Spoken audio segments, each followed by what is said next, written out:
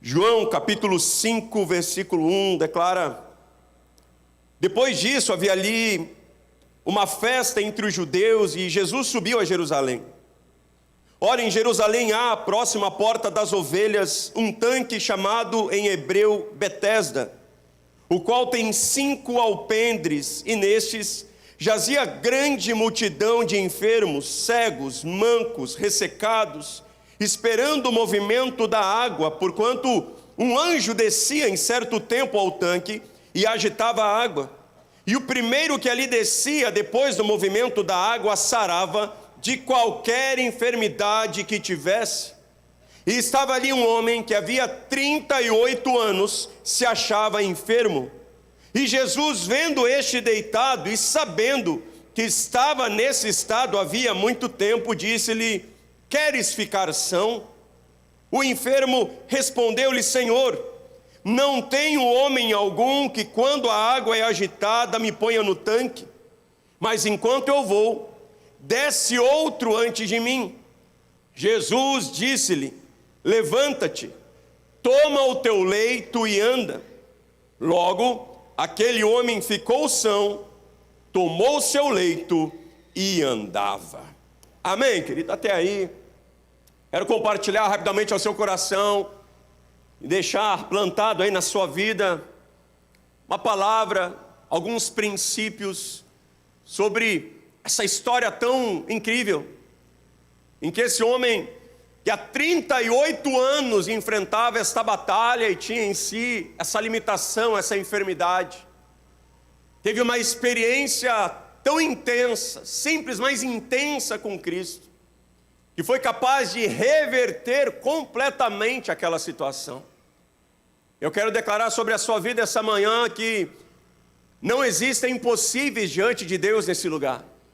Não importa o que você está passando ou há quanto tempo você está passando isso, Deus é fiel para no dia que se chama hoje, no momento que se chama agora, reverter toda situação contrária à sua vida. Amém? O que eu aprendo com esse homem que viveu essa experiência tão intensa com Cristo?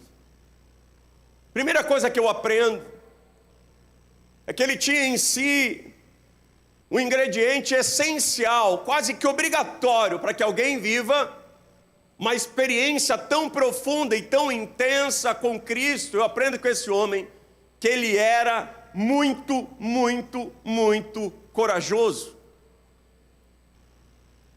É algo tão importante que por 6 vezes antes de Deus usar a vida de Josué para conduzir o povo à terra da promessa, Deus insiste por 6 vezes dizendo: Josué, eu sou contigo. Eu era com Moisés, agora eu sou contigo. Vai dar tudo certo. Você vai fazer o meu povo entrar na terra da promessa, mas seja corajoso. Tão somente tenha bom ânimo. Seja forte, seja corajoso, porque é através da sua vida que o milagre vai acontecer. Há 38 anos, todos os dias, quando esse homem acordava, ele olhava para o seu corpo, ele olhava para as suas pernas, e imediatamente o seu corpo, as suas pernas, os seus membros mandavam para ele uma mensagem, e essa mensagem dizia: você nunca mais vai andar, você terá limitações, você não pode fazer qualquer coisa, você sempre irá depender de outras pessoas. Durante 38 anos, todas as vezes que aquele homem acordava, a situação natural, o ambiente físico, mandava uma mensagem negativa para ele, uma mensagem limitante para ele. E é preciso coragem, para que apesar das mensagens, das situações, das impressões e das opiniões que estão ao nosso redor todos os dias, nós possamos prosseguir em direção ao nosso milagre. Nós possamos prosseguir em direção à intervenção divina, em direção ao que a palavra de Deus declara que é nosso direito. Esse homem ele não ficou amargo, ele não se reprimiu, ele não se conformou, ele não disse, não tem mais jeito para a minha vida. Ele poderia estar trancado no quarto, no escuro, dizendo, olha, eu tentei 5 anos, 10 anos, 15 anos, 20 anos, agora eu estou no meu direito para entender que se não aconteceu nesse tempo, não acontecerá mais, então me deixem aqui, me deixem em casa. Pois há 38 anos aquele homem estava ali, é hoje. Hoje, sabe, eu estou sentindo que algo vai acontecer. Hoje a minha situação não será a mesma. Hoje Deus vai mudar a minha história. Veja como a paralisia, muitas vezes ela é mais do que física, é mais do que financeira, ela é mais do que familiar, ela é emocional. Quando nós deixamos de crer que algo bom da parte do Senhor pode acontecer. Quando nós deixamos de crer que sim, Deus ainda cura, Ele sempre curou, Ele continua curando, Ele sempre irá curar. Sim, Deus prospera, Deus responde orações, Deus realiza milagres, é preciso coragem. Para muitas vezes ir além daquilo que o nosso coração diz, como Abraão, o pai da fé, a Bíblia declara que ele creu contra a esperança, porque todas as circunstâncias naturais da vida daquele homem diziam que ele não poderia ter um filho. Ele tentou ter um filho a vida inteira de forma natural. A vida inteira. Mas mesmo contra um diagnóstico e uma experiência negativa de uma vida inteira, quando Deus disse, Abraão, você vai ter um filho. Ele recebe aquela palavra e ele vive o cumprimento daquela palavra. Coragem não é algo instantâneo, maturidade não é algo instantâneo, valentia não é algo instantâneo. Mas são experiências que Deus permite que eu e você venhamos a passar, que vem nos transformar em pessoas corajosas. Coragem, talvez você já tenha ouvido isso, mas não é ausência de medo. Mas mesmo com medo, você prossegue, você acredita, você avança.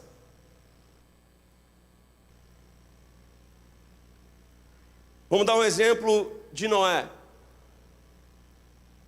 Deus poderia ter criado, dado um plano, ou uma estratégia, ou mesmo de forma sobrenatural, Deus poderia ter estabelecido aquela arca em 1 ano. Se Deus quisesse construir uma arca em 1 ano, Ele conseguiria, sim ou não? Demorou aproximadamente 100 anos. Porque demora talvez 1 ano para construir uma arca.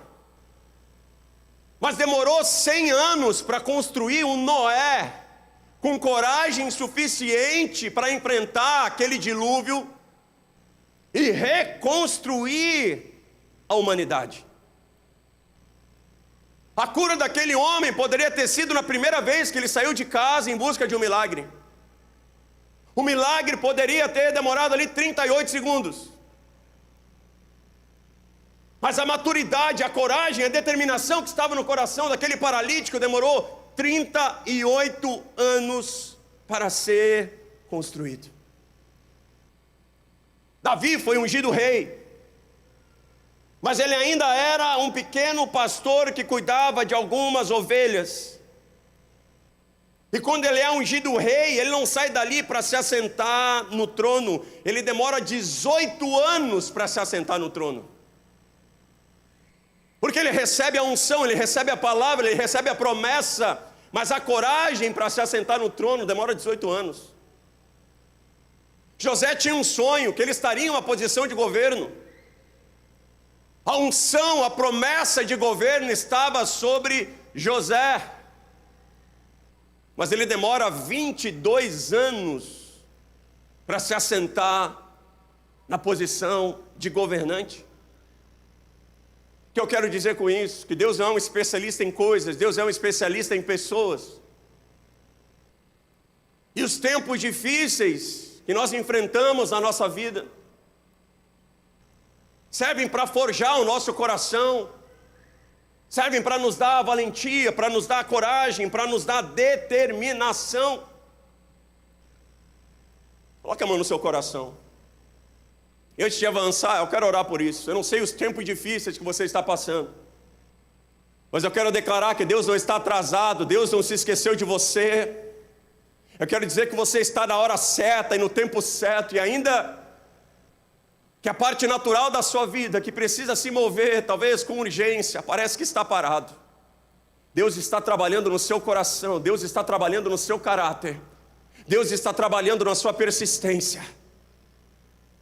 Pai, em nome de Jesus, eu oro por cada homem, por cada mulher, por cada jovem que está aqui nesse templo. E eu declaro, Senhor, que a unção já está sobre a vida deles, a promessa já está sobre a vida deles. Eu sei que o Senhor tem forjado nesses dias, talvez dias difíceis, dias de tempestade, dias de perseguição, dias de escassez, mas dias que o Senhor tem forjado um povo corajoso, um povo valente, um povo que essa manhã saiu de casa, dizendo quem sabe é hoje a palavra que muda a minha história, quem sabe é hoje a oração que desata o meu milagre. E eu declaro, Senhor, que eles já não são mais os mesmos que chegaram nesse lugar, que o Senhor tem trazido sobre essa igreja um caráter, Senhor, o caráter de Cristo, o caráter valente, o caráter corajoso, o caráter que nos ensina a prosseguir mesmo diante de situações difíceis. Eu os abençoo e declaro, Senhor, que em Cristo Jesus eles são mais do que vencedores. Quem crê diz... Glória a Deus. Depois de ser corajoso, eu aprendo que esse homem, ele era íntimo de Jesus. Porque o texto é claro e nos revela que Jesus, sabendo que aquele homem há 38 anos estava naquela situação, se aproximou dele. Intimidade é exatamente isso.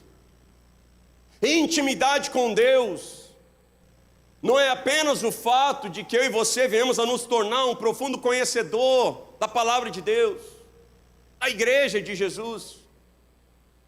Intimidade pressupõe principalmente que Deus te conhece por completo, que Deus conhece os seus segredos, os seus medos, as suas adversidades, os seus traumas.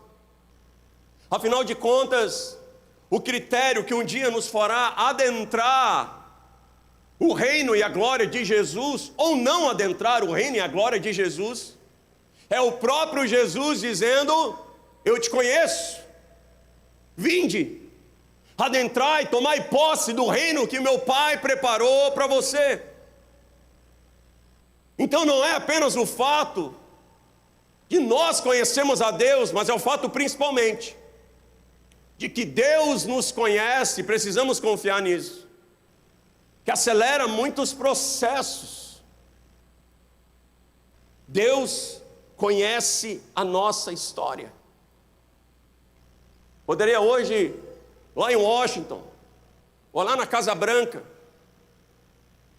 eu posso chegar lá na portaria da Casa Branca e dizer: olha, eu conheço, eu sei quem é o homem mais importante do mundo. Alguém chama aí o Biden para mim. Eu sei quem ele é, eu sei o nome dele, sei quem é a família dele. Pois certamente alguém do serviço secreto lá dos Estados Unidos vai dizer: mas não importa se você conhece ele. Isso não te autoriza a entrar na Casa Branca e falar com o homem mais poderoso do mundo. Mas o fato é que se o Biden me conhecesse, seria totalmente diferente. Olha, não, eu conheço o Fausto, eu sei quem ele é. Abra uns portões, traga ele para cá, eu vou conversar com ele, eu vou receber ele na minha casa. Intimidade com Deus é Ele abrir as portas do Espírito, as portas da palavra, porta que dá acesso a mistérios, ao coração dele, à igreja dele. É Ele que conhece os nossos segredos, nos dá acesso para que nós possamos ir ainda mais profundo nesses segredos. Jesus conhecia a história daquele homem e o acompanhou durante aqueles 38 anos de guerra, de luta. Não era o fato daquele homem saber o que estava acontecendo com ele, mas era o fato que Jesus sabia o que estava acontecendo. Muitas pessoas hoje caem na tentação de se autodescobrir, querem se especializar em si próprio. O negócio agora é me conhecer, vou fazer uma jornada para dentro de mim, uma jornada de autoconhecimento. Mas vem aqui, eu não me autocriei, eu não me autoinventei, como é que eu vou me autodescobrir? Se eu quero saber quem eu sou, eu preciso tratar com aquele que me criou e me fez como eu sou. Se eu quero entender qual é o propósito desta mesa aqui, eu preciso falar com o criador dessa mesa, e ele vai me dizer, olha, essa mesa, eu criei ela pensando, sabe, em ela combinar com o púlpito, em ser, sabe, uma mesa de apoio para colocar água, para colocar guardanapo. Ou ele vai dizer, não, essa mesa era para ser um móvel decorativo na sala, era para apoiar um livro, era para apoiar uma Bíblia, era para colocar um vaso de flor. Só quem criou essa mesa conhece verdadeiramente o propósito dessa mesa. Por isso a Bíblia nos convida a abrir o nosso coração, rasgar o nosso coração. Deus diz, traga diante de mim os seus argumentos, entre em juízo comigo, me conte a sua história. Deixa eu ler um texto ao seu coração, Mateus capítulo 22, versículo 8. Jesus revela para nós a dinâmica de intimidade que nós temos com Deus. Mateus capítulo 22, versículo 8 diz, então diz aos seus servos, parábola das bodas. As bodas na verdade estão preparadas, mas os convidados não eram dignos. E depois as saídas dos caminhos e convidai para as bodas a todos que encontrardes. E os servos saindo pelo caminho ajuntaram todos quanto encontraram, maus como bons. E a festa nupcial foi cheia de convidados. Isso é a igreja. Os servos do Deus Todo-Poderoso saem pelos caminhos e convidam a todos, maus e bons. Isso é a igreja. Todas as pessoas são convidadas para vir para a presença do Senhor. Versículo 11 continua, e o rei, entrando para ver os convidados, viu ali um homem que não estava trajado com veste nupcial. Algo acontece nessa parábola aqui, porque inicialmente os convidados haviam sido convidados para uma festa de casamento, amém? O rei estava dando uma festa de casamento para o seu filho e diz, venham todos, maus, bons, todos venham para a festa. Igreja é isso. Olha, vai lá na minha igreja, tem um pregador bom, tem um profeta, o louvor é muito bom, o coral arrebenta, as pessoas são maravilhosas. A gente convida as pessoas na condição de convidados. Eu sei que o Espírito Santo está tratando com pessoas que tem claro assim no meu coração, no seu coração, olha, eu vim só conhecer a embaixada. Eu não quero me envolver muito, sabe? Eu quero ficar aqui no meu cantinho. Não me convide para a GR, não me convide para congresso, nem para as escolas. Eu só estou vendo aqui, estou sentindo o ambiente. Eu sou só um visitante, só me convidaram para vir aqui. Mas de repente, aquele que era apenas um convidado, ele não está usando a roupa apropriada para a noite de núpcias. Pô, de repente o convidado, ele virou a noiva. De repente o convidado para a festa de casamento, ele vira a noiva. Versículo 12, e disse-lhe o rei, amigo, como entraste aqui não tendo a veste nupcial? E ele emudeceu. Então disse o rei aos servos: amarrai-o de pés e mãos, levai-o e lançai-o nas trevas exteriores, ali haverá pranto e ranger de dentes, porque muitos são chamados, mas poucos são escolhidos. Igreja, isso, às vezes a gente vem, acha que não é necessário um grande nível de compromisso para estarmos aqui. Mas o fato é que muitas vezes a expectativa do nosso coração é você chegar aqui como um visitante, como um convidado para o culto. Mas de repente o Rei, o Deus Todo-Poderoso, olha para nós e diz: ei, você não é um convidado apenas. Você é a noiva de Cristo, você é a minha igreja. E eu preciso de você, eu quero usar a sua vida, e eu tenho um propósito na sua vida. E eu te asseguro que o nível de intimidade de um convidado para a festa de casamento e o nível de intimidade de compromisso de uma noiva para aquela festa de casamento é totalmente diferente. Querido, Deus está falando no coração de pessoas aqui, Ele tem um propósito na sua vida. Deus não vai permitir que você entre e saia por essas portas como se você fosse apenas um convidado, como se esse fosse apenas um culto. Você é a noiva de Cristo. E a noiva foi chamada, ela se adorna, ela se prepara, ela tem a expectativa de ter intimidade com o noivo. E eu sei que Deus tem tratado com uma igreja nesse tempo que precisa se preparar para as bodas, para o dia que está breve, em que eu e você vamos nos encontrar com o nosso noivo. Você não está nessa igreja sendo preparado apenas para ser bem-sucedido na sua família, na sua vida profissional, na sua vida financeira, para ser um bom cidadão. Tudo isso é pertinente a pessoas que têm em si o caráter de Cristo. Mas a igreja tem um papel para nos preparar para que sejamos a noiva do nosso Senhor.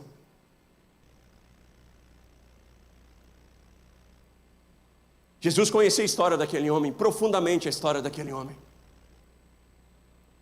E somente alguém que conhece profundamente a sua história pode mudar a sua história. Jesus conhece as suas dores, Jesus conhece os seus medos, Jesus conhece os seus pecados mais profundos, ocultos e sujos. E mesmo assim, Ele olha para nós hoje e diz: eu quero a sua vida, eu vou usar a sua vida. Eu não quero só usar você, eu quero casar com você. Eu quero te preparar não para os próximos 5 anos, 10, 15 ou 20 anos, mas eu quero te preparar para passar a eternidade com você.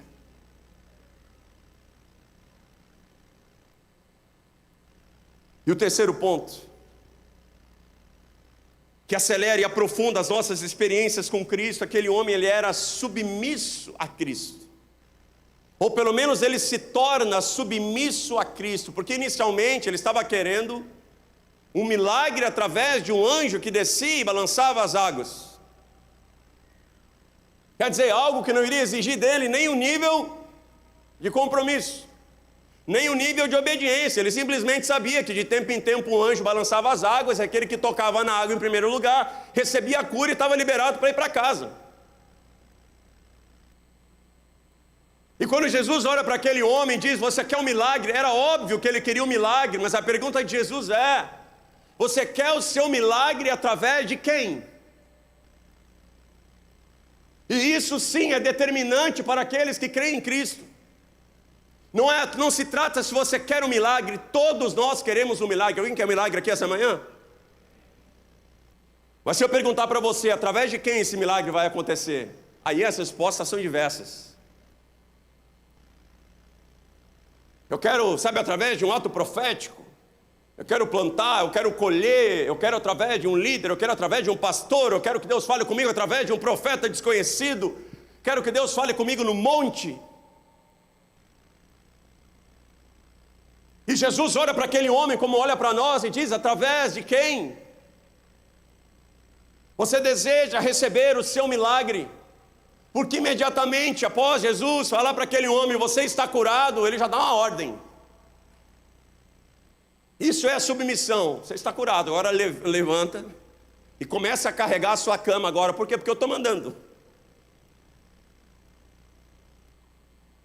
Submissão é um processo que acelera muitos milagres em nossas vidas. Hebreus 7,7 diz: ora, sem contradição alguma, o menor sempre é abençoado pelo maior. É que parece que se alguém é maior do que nós, isso nos diminui ou nos humilha. Mas maior não quer dizer mais importante. Exemplo: olharam para Jesus e disseram: Jesus, você está debaixo da autoridade de alguém? Pode, querido. O Filho unigênito do Pai, o Rei da Glória, Rei dos Reis, Senhor dos Senhores, ele estaria debaixo da autoridade de alguém? Jesus disse: sim. Estou debaixo da autoridade de João Batista. Diga para mim, quem era mais importante, Jesus ou João Batista? Você está em dúvida, eu te digo, Jesus era muito mais importante. Mas quem era maior? João Batista. Ser maior não quer dizer mais ou menos importante. Ser maior simplesmente importa dizer que naquele momento da sua vida Deus vai usar aquela pessoa para te abençoar. Quem era maior, Ananias ou Paulo? Paulo foi o maior evangelista de todos os tempos, mas ele teve que receber a oração de um camponês semi-analfabeto chamado Ananias. Foi Ananias que curou, que batizou, que ministrou ao coração de Paulo. Eu sei que Deus trata com pessoas, queridas, existem milagres que não acontecem na sua vida porque você não quer se submeter. Ninguém te visita, ninguém te aconselha, ninguém ora por você, ninguém te unge, ninguém te corrige. Importante demais para receber uma aula, para respeitar os processos de como é ser igreja. Então não se trata, se você, por exemplo, hoje quer receber uma oração, eu te pergunto, você quer receber essa oração de quem? Isso faz toda a diferença. Sabe o que é ser igreja, querido? Aqui, meu professor de escola de líderes, o pastor Rafael Manfredini. Meu professor de escola de líderes. Me ensinou, me discipulou, tirou os carrapichos. Deu certo, porque eu fui aluno de destaque. Passaram alguns anos, estava pastorando a igreja da Barra. Aí, Rafa, vem pregar. Prega de novo, vai ficando. Eu fui saindo, né? A gente foi para Florianópolis, a igreja ficou com ele. Agora, passado mais um tempo, estamos aqui ombro a ombro na igreja matriz. Agora diga para mim, se eu não me submetesse a ele na escola de líderes, ele também não aceitasse ser um pastor convidado quando eu estava na Barra, você acha que a gente ia ter convivência hoje? Em um determinado momento da minha vida, ele foi canal de bênção para me abençoar. Depois eu fui canal de bênção para abençoar a vida dele. E hoje nós estamos juntos aqui.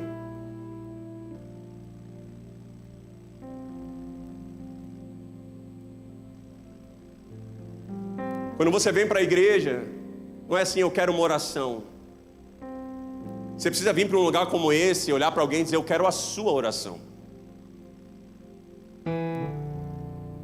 Porque isso importa em submissão. Abraão era o pai da fé, foi destravado ministerialmente por Melquisedeque. Davi era um homem segundo o coração de Deus, foi ungido pelo profeta Samuel. Eliseu carregava a capa, prestava um serviço para o profeta Elias. Mas hoje nós vivemos um tempo em que o que importa é a geração dos iguais. Nós queremos andar sempre com os iguais. Porque em muitas famílias há uma crise com os filhos, porque os filhos querem andar com os iguais. O filho só respeita a opinião dos amigos. O que os amigos fazem, ele também quer fazer. Onde os amigos vão, ele também quer ir. O que os amigos compram, ele também quer comprar. Uma geração que não ouve os mais velhos, que não se submete a alguém, não vai a lugar nenhum. Sim, é bom, é maravilhoso, é suave andar em comunhão com os irmãos. Só que isso sempre acontece em um ambiente onde há autoridade. Jesus disse: você é a igreja. Então eu vos envio como ovelhas para o meio de lobos. É interessante essa afirmação, porque Jesus não só nos abençoa hoje aqui, mas Ele nos abençoa como ovelhas para o meio de lobos. Quem são os lobos? Na matilha de lobos, um lobo dominante manda nos que não são dominantes. É um da mesma espécie, um igual manda em outro igual. E Jesus, em um ambiente como esse, nos transforma em ovelhas. Qual é o superpoder de uma ovelha? Fiz uma aula esses dias sobre isso, talvez mais alguém aqui fez. Qual é o superpoder de uma ovelha? Sempre tem um pastor. O superpoder de uma ovelha é a capacidade de sempre se submeter a um pastor, de sempre ouvir a direção de um líder, de sempre ser conduzido e protegido por alguém. Aquele homem teve que decidir se o milagre dele viria através daquele anjo, ou se o milagre dele viria através de Jesus Cristo. Eu sei que Deus trata com pessoas aqui hoje, querido. Seu milagre vai chegar. Mas você não veio aqui hoje apenas para entregar o seu coração a Deus. Você poderia entregar a sua vida para Deus em qualquer lugar. Deus te trouxe aqui para esse lugar porque existem pessoas que Deus quer usar para abençoar a sua vida. Existem pessoas que Deus quer usar nesse ministério para abençoar a sua vida. Se coloque de pé.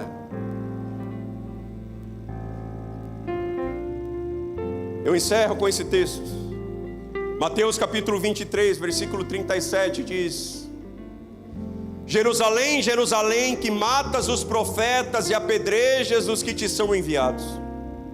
Quantas vezes quis eu ajuntar os seus filhos como a galinha junta os seus pintos debaixo das asas e não quiseste.